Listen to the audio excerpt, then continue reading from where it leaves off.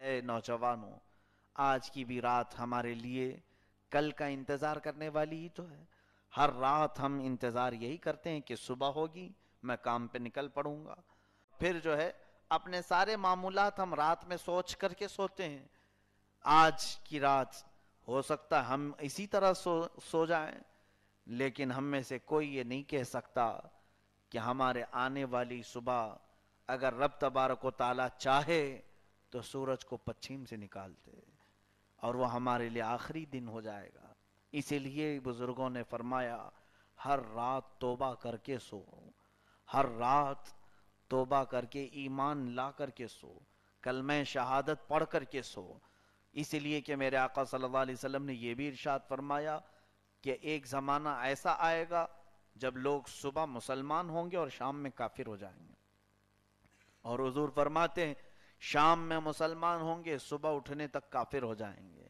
یہ وہی دور ہے، صبح سے شام تک ایمان کا کوئی بھروسہ نہیں۔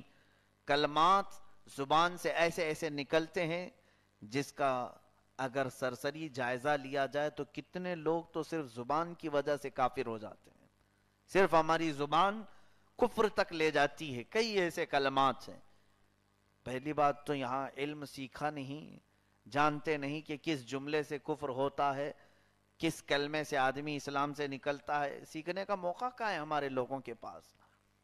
اب میں خوف ان نوجوانوں کے لیے کرتا ہوں جو توبہ تو نہیں کیے، رات ان کی ایسی گزرتی ہے۔ چلو ٹھیک ہے، توبہ کا موقع نہیں ملا، تسبیح پڑھ کر کے نہیں سوئے، کلمہ پڑھ کر نہیں سوئے، لیکن کم از کم سیدھی سادھی زندگی جو ہوتی ہے، نارمل نیند میں بھی اگر سو گیا، میرے رب کا فضل ہے کہ وہ معاف فرمائے گا۔ لیکن ان نوجوانوں کی زندگی پر مجھے خدشہ ہوتا ہے جو سوتے بھی ہیں تو کان میں گانے کی دھن لگا کر سوتے ہیں۔ وہ میرے رب کی نافرمانی اور مولا تبارک و تعالیٰ کے خلاف بجنے والی آواز، اس کی آواز پر وہ اپنی آرام کی نیند سو رہے ہیں۔ نیند اس حالت میں آ رہی ہے کہ گانے بج رہے ہیں۔ کئی لوگوں کی حالات ہم نے ایسے دیکھے کہ وہ سو تو گئے ہیں، آدھی رات تک ان کی کان میں وہ گانے بج ہی رہے ہیں، ان کو خبر نہیں ہے۔ تمہیں یہ معلوم نہیں انہی حالات میں تمہاری شب تو ہو گئی، صبح اگر سورج پچھم سے نکلا تو انہی گناہوں کے ساتھ قیامت کے دن تمہیں کھڑا کیا جائے گا، پھر تمہاری توبہ قبول نہیں ہوگی۔ توبہ کا آخری دروازہ ہے سورج کا پچھم سے نکلنا۔ فحش چیزیں، گندی چیزیں، نامناسب مناظر دیکھتے ہوئے اگر سو جائے، نیند اسی پر آئے تو قیامت کے دن اسی طرح اسے اٹھایا جائے گا، اسی طرح اٹھایا جائے گا۔ میرے عزیزو، زندگی میں جو بندے کا معمول ہوتا ہے وہی اس کی موت تک بھی ہوتا ہے، اور قیامت کے دن بھی ویسے ہی ہوتا ہے۔ قیامت کے دن بھی اسی طرح اس کا معمول ہوتا ہے۔ ایک مولانا روم رحمۃ اللہ تعالی علیہ لکھتے ہیں، مولانا فرماتے ہیں جیسے طوطے کی مثال آپ نے بیان فرمائی کہ مرنے کے وقت جو اصلی آواز ہے وہ نکل جاتی ہے، اسی طرح فرماتے ہیں مولانا کہ ایک شخص کو ہم نے دیکھا کثرت سے وہ درود پاک پڑھتا ہے۔ ہم نے پوچھا کہ کیوں بار بار اٹھے بیٹھے تو درود شریف پڑھتا ہے؟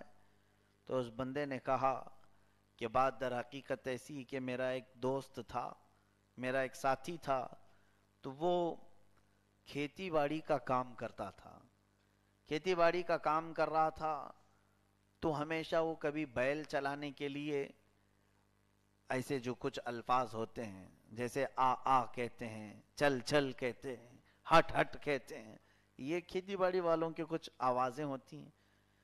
تو وہ کہتا ہے کہ میرا دوست جو کھیتی باڑی کا کام کرتا تھا، ایک دن ایسا ہوا کہ ایک جگہ سے کوئی ہوا چلی اور بھاری بھرکم سامان آیا اور اس کے سر پر گر گیا، جس کی وجہ سے اس کی موت ہوئی۔ لیکن ہم نے دیکھا کہ موت کے وقت جب اس کے اوپر سامان گرا تھا تو وہ یہی کہہ رہا تھا بار بار، بے ہوشی کے عالم میں تھوڑا، بیلوں کو جو ہل چلاتے ہیں، آ آ چل چل ہٹ ہٹ، یہی الفاظ اس کی زبان پر جاری تھے، اور اسی میں اس کی موت ہوئی۔ تو یہ بندہ کہتا ہے اس دن سے میں نے اپنے لیے لازم کر لیا کہ میں اٹھے بیٹھے درود پاک پڑھتا رہوں تاکہ کسی حادثے سے بھی اگر موت ہو تو میری زبان پر درود پاک جاری ہو.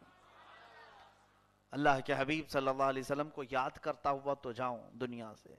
عزیزان گرامی، یہ گانوں کی جو دھن لوگوں کو لت پڑی ہے، میں چاہتا ہوں کہ اے نوجوانوں اس کو کم کرو، اس کو اپنی عادتوں سے نکالو. آپ کے پاس اس کا الٹرنیٹ موجود ہے، اچھی سے اچھی نعتیں ہیں. میرے رب تبارک و تعالیٰ کی حمد ہے، قرآن عظیم کی تلاوت کرنے والے ایک سے ایک قاری قرآن ہیں. ان کی آوازوں میں بلا کی تاثیر ہے، سرور ہے، نغمہ ہے، اور روح کی مٹھاس ہے، غذا ہے. عادت ڈال کر کے تو دیکھو یہ فحش گانے تمہیں کیا دیں